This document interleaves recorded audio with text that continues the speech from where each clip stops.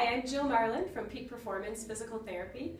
We're going to talk about some stretches today, and I'm going to talk about a hamstring stretch. And it's one of the stretches that most runners stretch incorrectly, which can lead to some sciatic nerve and some irritation into the lower extremity. So oftentimes when people think about stretching their hamstrings, you'll see them actually into a position like this, and they're bending straight forward to the ground, or they'll be sitting on the ground and they'll bend forward towards their feet.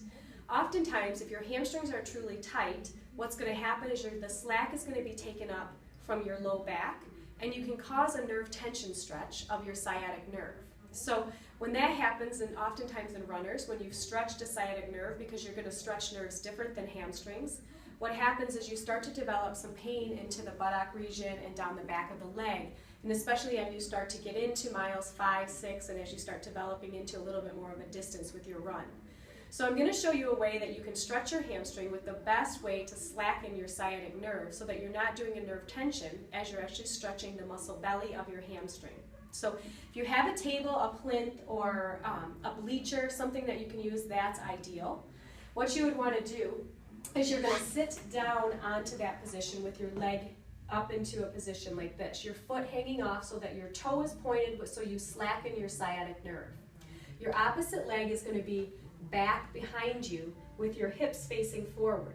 What that does is it locks your pelvis so that you're not getting too much movement through your lumbar spine when you're stretching. You can maintain a lumbar neutral position.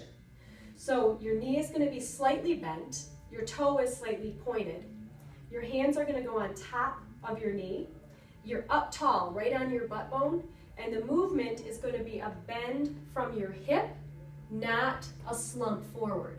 So you're going to be in a position like this, bend forward from your hip and drive down into it. Now when you stretch your hamstring, you should feel it in your muscle belly, which is right in the meaty part behind your thigh.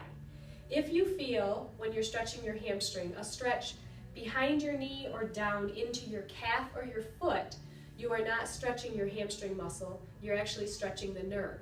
So you want to be very careful that when you're stretching your hamstring, you're feeling it in the muscle belly, you're not doing a nerve tension stretch, and that you're holding it appropriate.